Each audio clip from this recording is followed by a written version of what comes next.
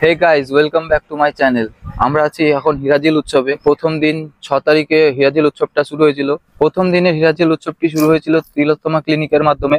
সেখানে গ্রামবাসীদের ফ্রিতে আর কি চিকিৎসা করা হচ্ছিল। প্রথম দিনের উৎসবটা আপনাদের এই তিলোত্তমা ক্লিনিকের মাধ্যমে শেষ করা হয়েছিল। আজকে আমরা চলে এসেছি দ্বিতীয় দিন, মানে 7 তারিখ আজকে। আর আজকের উৎসবটি শুরু হয়েছে ড্রয়িং এর মারফতে। এখানে ড্রয়িং কম্পিটিশন শুরু হয়ে গেছে সকাল 9টা থেকে 12টার মধ্যে জমা নেওয়া হবে। বিভিন্ন রকম কর্মসূচি আছে। চক্ষু চিকিৎসা শিবির বসেছে এখানে, সেটিও একদম বিনামূল্যে। তো যারা গ্রামবাসীরা একে একে নাম লেখাচ্ছে, প্রচুর গ্রামবাসী এসেছে। আপাতত আমরা দেখলাম প্রায় 96 জন নাম লেখানো হয়ে গেছে। এখনো সারাদিন পড়ে আছে, এখনো প্রচুর বাকি আছে। আর সারাদিনের যে সকল কর্মসূচি সেগুলো তোমাদের সামনে তুলে ধরার চেষ্টা করব। তো চলো ভিডিওটির সঙ্গে অবশ্যই জুড়ে থাকো।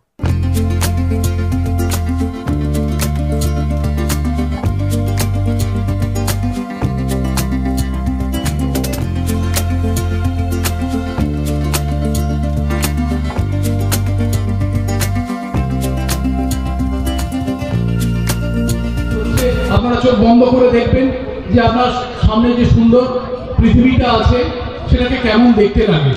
দৃষ্টি ত্রুটি, তো তার জন্য আমাদের কি করতে হবে? তার জন্য আমাদের নিয়মিত চোখ দেখাতে হবে এবং চশমার ব্যবহার করতে হবে।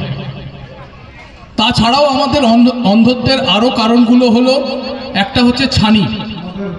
অর্গানাইজেশনকে এখানে সামনে নিয়ে আমরা এই পথটা চলতে শুরু করেছি। আপনি এখানে চোখ দেখাতে এসছেন? আপনার চশমা নিলেন? চশমা নিলেন? চশমা নিলেন তাই চোখ দেখাবেন? আচ্ছা আচ্ছা। তা এখন কি মনে হচ্ছে? চোখে ভালো লাগছে? তাহলে তো আমরা চোখটাকে ভালো রাখতে ভালো লাগছে। মডার্ন মেডিসিন বলছে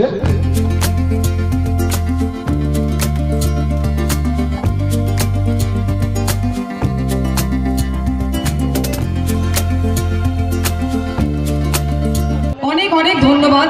আমার বলার ভাষা নেই যে এক ডাকে এতগুলো মানুষ কত দূর থেকে মঞ্চে দাঁড়িয়ে রয়েছেন এবং তারা যে কতখানি গুণী।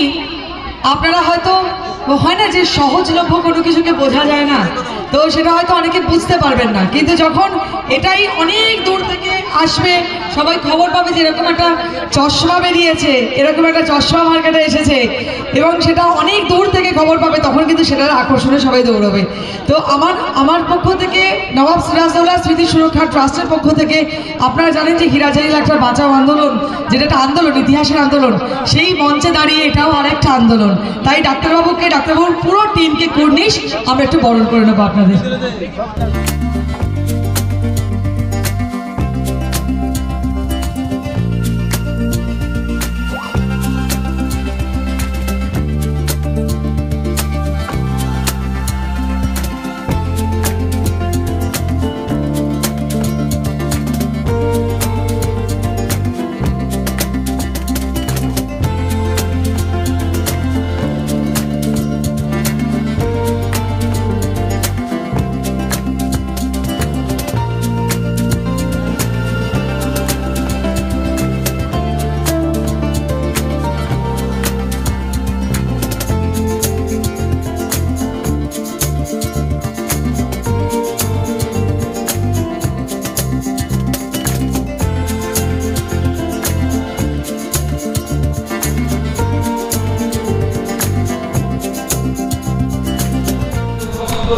বন্ধুরা, এক পাশে চলছে হিরাজিল উৎসব, আর হিরাজিল উৎসব যেখানে চলছে, যে প্যান্ডেলটা হয়েছে আর কি, তারই পেছনে খাওয়া দাওয়ার ব্যবস্থা হচ্ছে আর কি, রান্নাবান্না চলছে। কেননা এখানে যারা গেস্টরা এসছে বা ডাক্তারবাবু যারা আছেন সবার জন্যই খাওয়া দাওয়ার ব্যবস্থা করা হয়েছে। তো সেই খাওয়া দাওয়ার ব্যবস্থা এখন চলছে, রান্নার কাজ চলছে। কোনো ব্যক্তির নাম, কিন্তু কোনো ব্যক্তির নাম, এটা অর্ধবঙ্গ দখলের পাকা ইটে কাজ, নারী তিনি গড়েছেন কিরিটের সাজ। কে করলো প্রথম? আমার বিটি শুভজিৎ মণ্ডল, একদম রানী ভবানী। অর্ধবঙ্গেশ্বরী তাকে বলা হতো এবং তার যে পাকা ইটের কাজ, মানে আমরা তো জানি টেরাকোটার কাজ, নারী তিনি করেছেন। এবং কিরিটেশ্বরী মন্দিরের নতুন যে মন্দির, তা কিন্তু রানী ভবানীর আমলেই নির্মাণ করা। তো আমাদের দাদার রাউন্ড এখানে শেষ হলো। আমরা একটু স্কোর জানবো, সকলের জন্য একটা জোরে হাততালি, বিশেষ করে ওই ভদ্রলোক। আজকের এই হিরাঝিল উৎসবে এসে আপনাকে কেমন লাগলো, আপনার অনুভূতিটা একটু বলবেন তাহলে হবে। প্রথমে আমি আমার পরিচয় দিই, আমি সিদ্ধার্থ চক্রবর্তী, পেশায় একজন নৃত্যশিল্পী, বর্তমানে পরিচালকের কাজ করছি। তো আজকে এই যে সমর্পিতাদের আমন্ত্রণে এখানে আসতে পেরেছি, খুবই ভালো লাগলো। না আসলে জানতে পারতাম না যে একটা সুন্দরভাবে যুদ্ধ কিভাবে চলছে এবং তার একজন অংশীদার হতে পেরেছি, খুবই ভালো লাগছে। এবং এখানে এসে যে কালচার ইউনিটগুলো দেখতে পেলাম, বিভিন্ন রকমের চিকিৎসার ইউনিট দেখতে পেলাম, এখানে চোখ নিয়ে অনেক রকমের পরীক্ষা নিরীক্ষা করা হচ্ছে এবং মানে এটা আমার ধারণাই ছিল না যে এত বড় একটা কাজ হচ্ছে। এত সংক্ষিপ্ত আকারে না বলে কি বলবো, আর বেশি বড় করে বলতে পারছি না। হ্যাঁ, তো একটা অসাধারণ একটা ফ্লেভার পেয়েছি এখানে।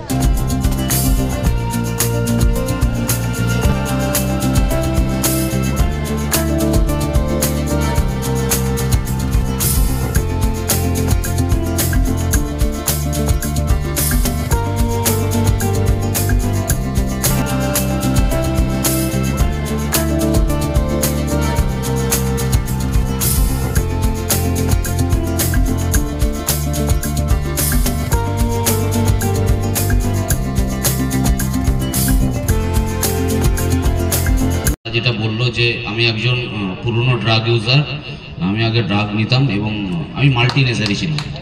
তো আজকে তুষারদা, আশ্রয় তুষারদা, তার কাছে কোনো এক জায়গা থেকে হয়তো আমার ওয়াইফ তাকে অ্যাডমিশন করেছিল, সেই জায়গায় হয়তো সেই আশ্রয়, সত্যি সেই আশ্রয় আমি নিজে অ্যাডমিশন হয়ে ভালো থেকে রিকভারিতে এসে আমি একটা জিনিসই শিখেছি যে আমি মানুষকে কিভাবে সেবা করব, আমি মানুষের পাশে কিভাবে দাঁড়াবো।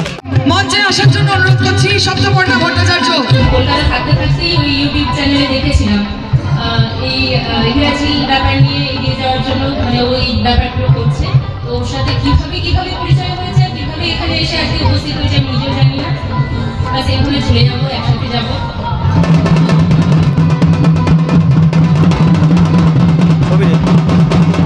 আমরা যখন আন্দোলন করি বা আমরা কোনো অনুষ্ঠান করি, আমাদের ভাবতে হয় না, সমস্ত আয়োজনটা নিবিড় করে রাখি। হাবিবুল্লাহ শেখ,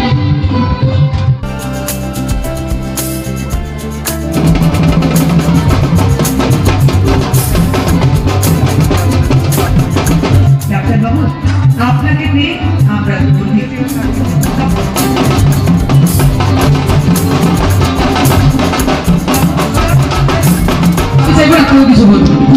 আমরা একসাথে এইভাবে লড়ে যাব, সেটা সিরাজের স্মৃতি নিয়ে লড়াই হোক বা আর্যকর নিয়ে লড়াই হোক, আমাদের লড়াই একসাথেই চলবে, এইভাবেই চলবে। স্বাস্থ্য ব্যবস্থা। আচ্ছা, আমরা শাকিলাদির হাতে তো তুলে দিচ্ছি। শাকিলাদির গল্প আমরা অতনুদার কাছ থেকে শুনবো এবং তার আগে বলি এই পাকড়াও করতে পেরেছি, গত দুদিন ধরে একবারও পারিনি। থাডাইয়ের যে আলোচিত প্রদর্শনী চলছে, একবারও অতনুদাকে আমরা পাচ্ছি না যে মঞ্চে ডেকে কোনো কথা শুনবো বা তাকে একটু সম্মাননা জ্ঞাপন করবো। পালিয়ে পালিয়ে বেড়াচ্ছেন ক্যামেরা নিয়ে।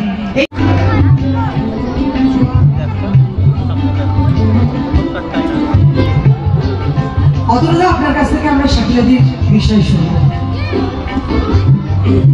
আজকের এই মুহূর্তটা আমার জীবনের একটা স্মরণীয় মুহূর্ত হয়ে থাকবে। খুব ছোটখাটো পরিবারে একটা জন্ম, লড়াইটা দেখুন কিরকম ভাবে। ঠিক অর্থে কাগজ কুড়াতে পড়ে থাকা পরিত্যক্ত কাগজ, আর অবসর সময় ওই কাগজগুলো ছিঁড়ে আঠা দিয়ে। অনেক ধন্যবাদ স্যার, অনেক ধন্যবাদ। তৈবুল নিজে হাতে বানিয়েছে, তার সঙ্গে বিভিন্ন রকমের হিরাঝিল উৎসবের যাবতীয় যে কটা জিনিস শিল্পকর্ম, সেগুলো শিল্পী তৈবুল ইসলাম এবং নসিবের হাত দিয়ে হয়েছে এবং ওরা চর্চা করছে মুর্শিদাবাদ শিল্পকলাকে নিয়ে। তো আমরা একটু বরণ করে নেব।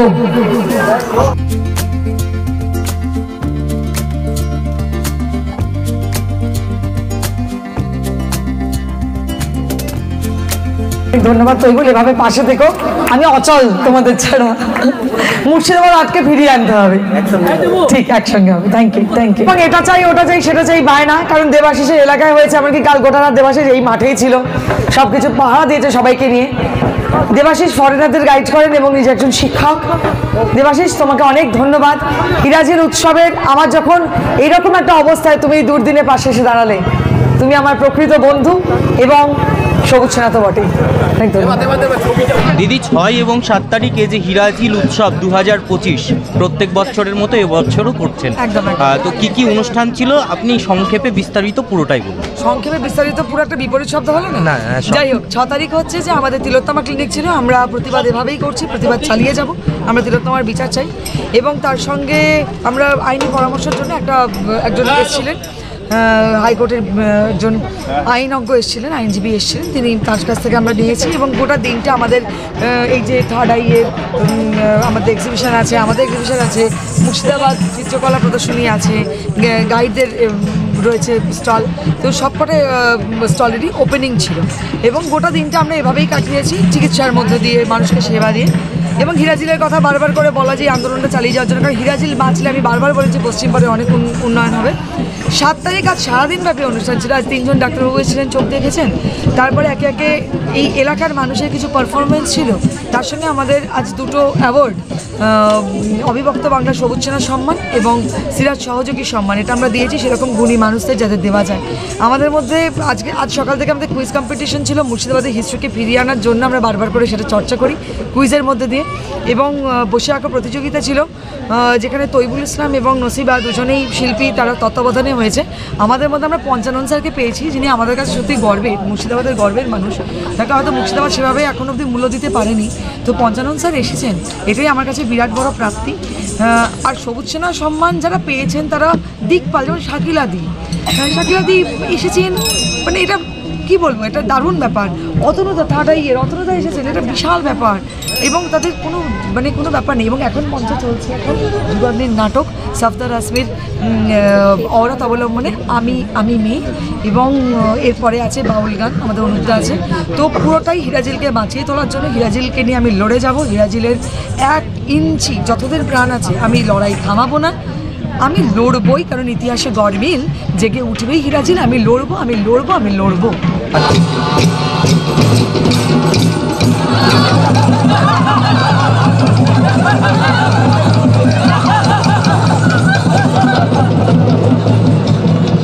আমি একজন মেয়ে, আমি মরতে চলেছি।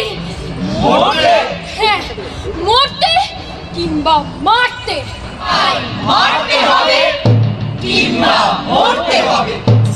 লালার ছেলে বলে, কি বলে, ধারে চাল নিতে হলে সন্ধ্যের পর একা দোকানের পেছনের ঘরে যেতে। শালা হরামি!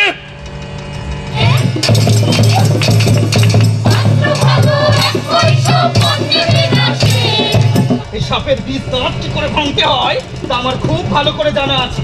শরীরে সুখ দিতে পারে না, আবার গলায় তো খুব জোর। কি পেয়েছো আমাকে, পোষা জন্তু?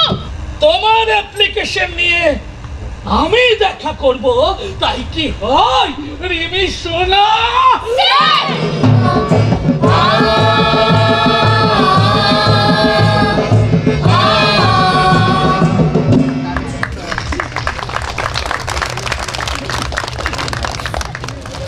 অভয়ার মৃত্যুর পর দীর্ঘদিন ধরে সমস্ত শিল্প সংস্কৃতির জগৎ পথে নেমেছিল। যুগাগ্নি তার ব্যতিক্রম নয়। যুগাগ্নি আমাদের এই আমি মেয়ে নাটকটি আমাদের বোধহয় আজকে 180তম শো হচ্ছে। এই নাটকে আজকে সমস্ত মেয়েদের কথা বলা হয়েছে এবং আমাদের আছেন আমাদের বর্তমান পরিচালক দেবাশিস আমার সঙ্গী আছে। আমরা এই নাটকটা করার আগে প্রত্যেকবার ভাবি যে এই নাটকটা যেন আমাদেরকে আর না করতে হয়, কারণ আমরা চাই যে প্রতিটি সমাজে এই যে আমাদের যে নারীদের ওপর যে অত্যাচার এটা বন্ধ হোক। আমরা দীর্ঘদিন ধরে এই প্রতিবাদের নাটক করে আসছি, রাস্তাঘাটে এবং আমাদেরকে যেখানে ডাকবে আমরা যুগাগ্নির তরফ থেকে সেখানে আমরা এই নাটক নিয়ে উপস্থিত হব। কিন্তু আমাদের যে কথা, এই নাটকটা যেন আমাদেরকে না করতে হয়। আমাদের বর্তমান পরিচালক আছে, আপনি দুটো কথা বলে দিন কিছু। আসলে ওই সঙ্গতই যে আমরা চাই যে সমাজ থেকে নারী নির্যাতন বন্ধ হোক, নারী মুক্তি আসুক। আসলে এই কথাটা তো খুব কিতাবি কথা, নারী মুক্তি বলে চিৎকার করলেই নারী মুক্তি হয় না। একদম গ্রাসরুট থেকেই আমাদেরকে পাল্টানোর প্রক্রিয়াটা চালাতে হবে। আমরা এই চেষ্টাটা চালিয়ে যাচ্ছি এবং দীর্ঘদিন ধরেই আমরা চালাচ্ছি। সমর্পিতা যে কাজটা করে সে কাজটাকে আমরা ভীষণ সাধুবাদ জানাই, সেই জন্যই ওর ডাকে আমরা এসেছি। আসলে আমাদের মূল উদ্দেশ্যই থাকে যে একদম পিছিয়ে পড়া যে নারী সমাজ আছে তারা জাগ্রত হোক, তারা যে কোনো অন্যায়ের বিরুদ্ধে সোচ্চার হোক এবং সমাজে একটা নতুন সূর্য উঠুক, যেখানে আর কোনো অন্যায়, কোনো নারীর ওপরে অত্যাচার, কোনো অরাজকতা থাকবে না। সেই জন্যই যুগাগ্নি যে কোনো জায়গায় যখনই ডাকা হয় তখনই যুগাগ্নি চলে যায় নাটক করতে। এরকমভাবেই আমরা আজকে এসেছি এবং আমরা এখানে এসে আমরা ভীষণ আনন্দও পেয়েছি। এত মানুষের সামনে এমন একটা সুন্দর পরিবেশে আমরা নাটকটা করতে পেরেছি। সবাই ভালো থাকবে। ধন্যবাদ।